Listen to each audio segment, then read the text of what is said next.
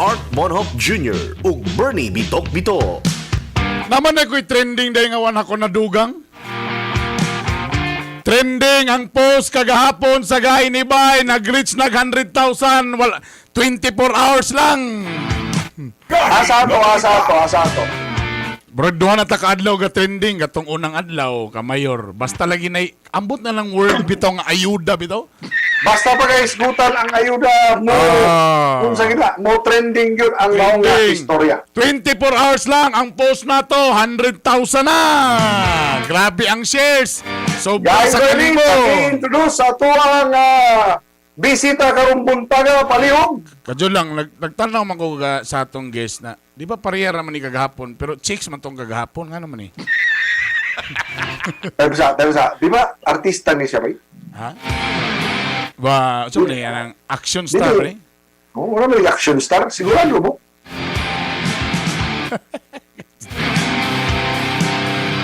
Dyan lang, ha?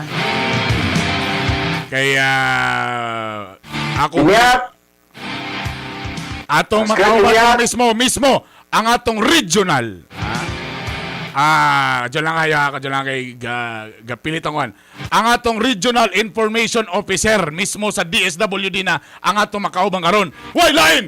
Gahi yapon, Mr. Joseph Manuel Aguha. Good morning, Good sir. morning, Sir Joseph. Good morning. Good morning, sir. Sir, good morning sa inyong duha, kay Sir Art o kay Sir Bernie Bitok-Bitok o sa tanan kapaminaw sa atong karon. Good morning sa inyong tanan. Sir Joseph, doon na daw iklaro ang DSWD labot sa katong among interview kagahapon uban sa inyo ang information officer nga si Miss Mayre na naisgutan man gud base dito sa inyo ang record nga doon na nakaandam nga family packs alang sa Hingog City apan nireklamo ang mga taga Hingog nga wa pa man na may abot diri. Unsay clarification nato ani Sir Joseph? Yes sir, sa among data nakahatag nami og 15,000 na family food packs sa atong Naisgutan na kaya no? Oh, yes, Sa yes. among issue ha. Pero Yes, sir. ningon ang taga-Hingog nga asa daw na? mao na siya ang gahitabo pagid karon is lang profiling pa pud ang pangayo na 15,000 sa atong syudad sa Hingog is giandam ko nila paghuman nila og data profiling sa mga apektadong pamilya og naa na silang final master list diha na gyud sugod ang atong paghatag. So ang maupod ang gibuhat sa Cagayan de Oro karon giuna nilang data profiling o pagkuha sa mga apektadong pamilya gyud na listahan sa mga kadag barangay mao pa sila mangayo og assistance sa MOA. Pero naagyod na siya Mr. Aguha, sir. Yes sir. So pasabot kay Yes, Gahi sir. Art, wala pa gyud nahatag kay napay giulatan nga profiling, tama ba? Sa LGU na siya nga level. Dili Yes, na sir. sa DSWD. Ang DSWD, andam na sila tanan. So, walay sayop atong nadawat na informasyon. Husto katutanan. Nga, ang DSWD, dunay gitagana nga mga family packs alang sa mga apektado sa ECQ sa Hingog City o Cagayan de Oro City. Yes sir, for as of today gyud ang natagaan pa gyud is ang Hingog City. So Okay. ang Cagayan wala pa gyud siya natagaan pero ang duha ka LCE, labi na si Mayor Eric o si Mayor Moreno, nakahatag na gyud na sila estimates amo kung pila gyud ang ilang i-request na augmentation na family food packs para sa ilang mga syudad. So ang ginabuhat yun sa atong mga LGU karon in close coordination sa among opisina is ang pag-profile og tarong sa mga apektadong pamilya na tagaan yun aning assistance. Okay, this is beyond DSWD kaniya, dili ni sa imo nga issue sir. Mga kagahi, ang atong nakita diri na unsa kalaw si bari ani mga LGU. Wala karon pa mo ma-finalize sa inyong mga lista nga ilado naman na kabalo naman ta sila Guy Bernie kung kinsa kini mga tabangonon sa ilang lugar. Nagpasabot kaya you have to use your brain kani mga mayor unta diha. Awa nana pandemic good ni ron. Pandemic good ni. Ang tawag ana proactive leadership. Nga layo pa lang daan, ang dama ang mga listahan na kay Mugrabe ni, base Mugrabe ni, para ipadala na to sa DSWD. Dili na naman final, ana, because ang DSWD, kung makadawat kini sila og request gikan sa LGU, am I correct, Mr. Aguha, na sa day madawat niyo ang request, automatically, you will process it and release the needed nga mga essentials alang sa mga tabangonon. Am I correct, sir? Yes, sir. Gusto na po iklaro, sir, kay ang sa tinuod yun, wala magunaton expect na iubos ang atong level of quarantine. So, Sir, it's not your concern, sir. It's not your concern kay sa inyo sa IATF man na siya. Pero I'm talking right now and I'm addressing it sa tanang mga mayor. Labi na itong wala pa mag-ECQ. You have to prepare. Ang mga mayor dapat gaya, Bernie. Dili ni sayop sa DSWD. Naman na, DSWD mga mayor. No. Ang DSWD, proactive ka na. Kung imong tanahon ang ilang mga warehouse, am I correct, Mr. Aguat? Ang naamutan dia, in fact, kung kulang gani ang Region 10, manawag lang mo sa other regional offices nga, Region 12, Region 9, Region 1, kung naamoy sobra dia, kay mura kung sa pamana, padad ini diribi kay nag-ECQ ba, there is sigurado na nga, unsa gyud. So, ang DSWD, you have the goods with you, sir. Am I correct, sir? yes, sir. Correct. Ang ginabuhat po yun karon sa ang opisina is in close coordination with sa duha na LGU para mapaspas po di ang kwan ang paghatag yun og assistance sa ilaha. And it is true, sir. It is true nga kaning ang LGU, particularly Cagayan de Oro, hinay kaayong nga nag-inform dayon sa DSWD nga mauni ang among kinahanglan. Correct, sir? Ay, ako ra po na i-correct, sir. Kay actually, pag-declare yun og ECQ sa Cagayan de Oro o sa Hingog City, automatic yun nag-meeting among regional director. Apil si Mayor Oka and Mayor Eric. And during that meeting, nakaset na sila unsa ang buhaton o na diskusyon pod na mag-augment yun ang among opisina o assistance sa ilang duha na LGU. O naka-inform na po din sila o nanghatag na sila estimated numbers kung pila ilang i-request ang opisina. Alright. Naghatag na sa estimated numbers and yet they will still have to finalize the list. Correct. My goodness, kani mga mayura ni. Ha? Wala. Kung naghatag ng listahan sa DSWD, why still verify the list? Nga kani mga mayor, kaya nga no madugay mang yun ning ayuda in town nga para di man na para sa mua. Kami nakiglaban lang ni para sa katauhan, kay luoy kay ito mga driver. Mingaw ang tibuok Cagayan de Oro, for example, walay nagbiyahe. Unsa man ang pagkaon sa mga driver man kun ana, hand to mouth kini sila. Unsay kita karon, in fact some of their boundaries ila gani magamit sa pampalit og mga bugas. Di ba? So Tama ka, Guy Art. In fact, yesterday, di ba nangutan na ta, how fast it is? For example, kung nana ang lista dia automatic, nana dia, kung karong adlaw ay hatag, automatic ba na, sir? Unsa kapaspas ba na, sir, ma-release dayon, sir? di ba sir, kung andam ang tanang mga food packs, for example, Oh. DSWD right away will release it to LGU. Am I correct, Mr. Aguha, sir? Yes, sir. Kung pila among available na sa among warehouse, mao among i-release. Kay siyempre, Correct. ang among warehouse, we are kanang naami gina-store good na 25,000 family food packs na ready na siya anytime Imagine. kayo mo request. Oh. Imagine. So, ang amo ra gyud gina-kuan karon is with close coordination with the two LGUs na mapaspas gyud. And Correct. ang sa data na amo na karon, I think the two LGUs also are doing everything they can para mapaspas po. No, I don't believe, sir. I don't believe. I'm sorry to disagree with you, Mr. Aguha, sir. The LGUs are not doing their best. Nga naman, if they were doing their best, pahumanay na ang ECQ. Pahumanay na. Next week, pahuman na ang Tinod. ECQ. And yet, karon, you are ready. This is not about DSWD. Again, gisaluduhan na mo ang DSWD sa inyo ang pagka-proactive.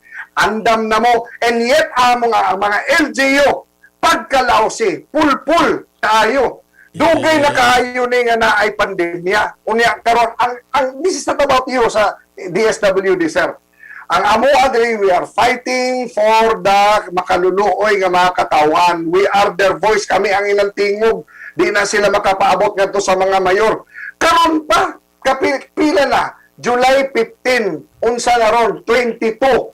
Unya, wala pa ma-finalize ang listahan sa mga LGU. Ang DSWD gahulat na kaninyo nga sumala sa DSWD, and you have said it, Mr. Joseph Agua, sir, nga kung naana dia ang ilang request, naana ang mga goods, i-release man yun dayo na ninyo, sir. Di ba, sir? Yes, sir. Oh, di? So, walay sayop, sir. Walay sayop sa giistorya kagahapon sa among na interview sa nga information officer sa DSWD. She was telling us unsa ang proseso na kung naamo sulat sila, kuya tungkol kay wa pa man mo yung dawat, di pa din yun sana gyud ma-release. Amo ra pud gusto i-klaro sir kay pili mong pud gyud mit gastorya apil ang duha ka LGU. So amo pud sila Sir, lahi ang istorya. Sir, lahi ang istorya nga meeting og document. Am I correct, Mr. Aguha? Yes sir, as of now po na namin nadawat na document from Hugong City and Final na na, sir. Final na Final o na. verify pa lang. final na sir. As So, of, nadawat ninyo na, sir, kagahapon.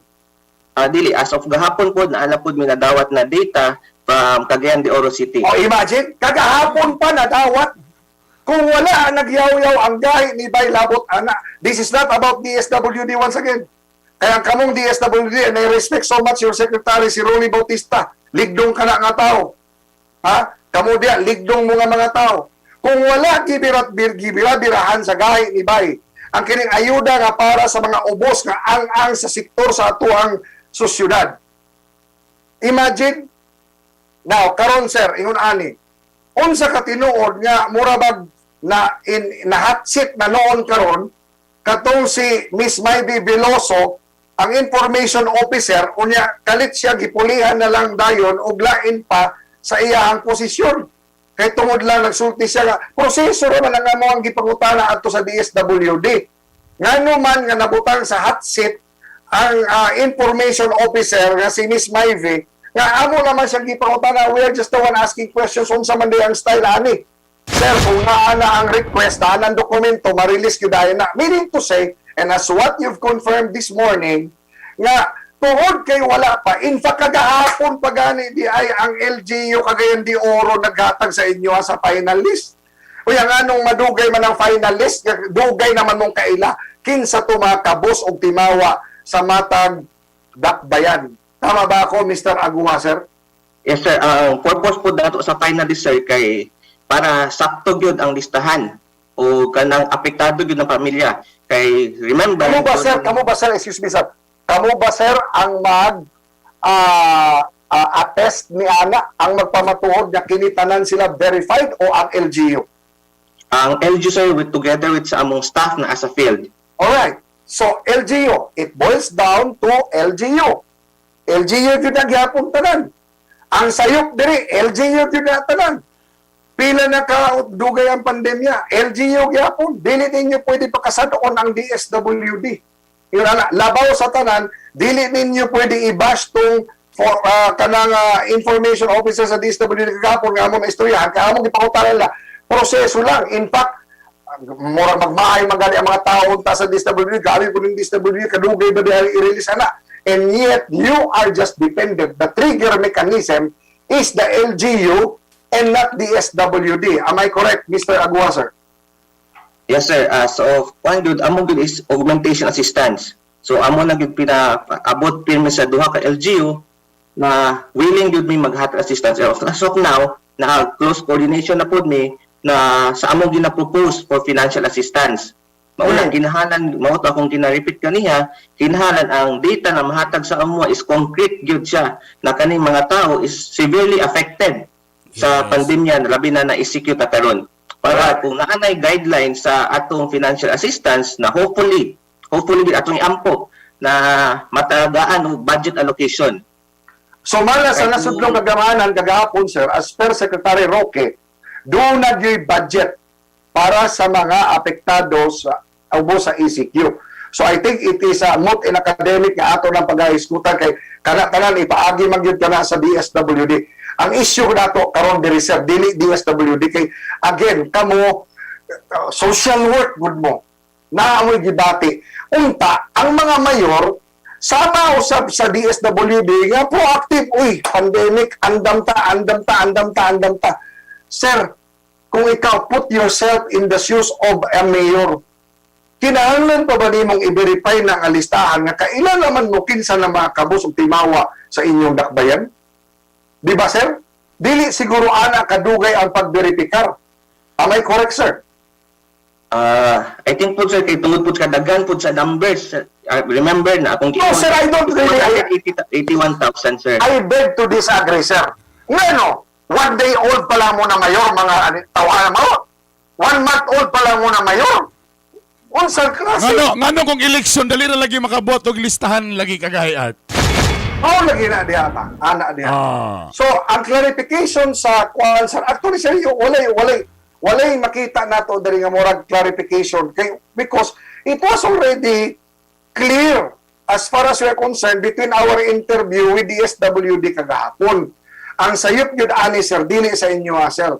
Na basi mo na murag gibasol. No, mga kagay, ayaw basula ang DSWD. Ayaw basula ang DSWD. Mangko taga DSWD. Pero ayaw basula ninyo ang DSWD because DSWD is there. And DSWD has been preparing for this pandemic since it began. Am I correct, Sir Joseph Agua, sir? Yes sir, pero tungod po sa atong sitwasyon na ICQ, medyo dako gyud kinahanglan ng family food packs na kinahanglan i-andam. So medyo in reality gyud ang naa sa mong stockpile is kulang siya. But Sir, syempre, di ba, mamira lang man mo sa mga na-available yes sir, sa other naana people. po pronouncement of directive among secretary, si Secretary Rolly Bautista, na gidirektan niya ang Malain Field Office doon sa Region 10 na to help augment resources. Like, sa giingon na mo gahapon po sa interview ninyo na ang Region 11 naghatag ng 10,000 family food packs, ang Region 12 naghatag og 3,000 family food packs, and ang Region 9 is naghatag additional 1,000 ug naapay coming na additional 2,000. Okay. So hopefully, Okay. kung mas mapaspas na namo ang paghatag og mga assistance sa LGU. Thank you. Ito na og mas madaghan among mga family food packs, mas mapadali gyud. Alright. Daghang kayong salamat sa imong impormasyon, Mr. Joseph Manuel Agua, ang Regional Information Officer sa DSWD-10. Thank you so much, sir. Daghang salamat, sir. Salamat po og sa ngalan sa among Regional Director si Ma'am Mariflor Iduliaga. Daghang salamat sa inyong tanan. Daghang salamat, sir. Thank you. Alas 7:42 na.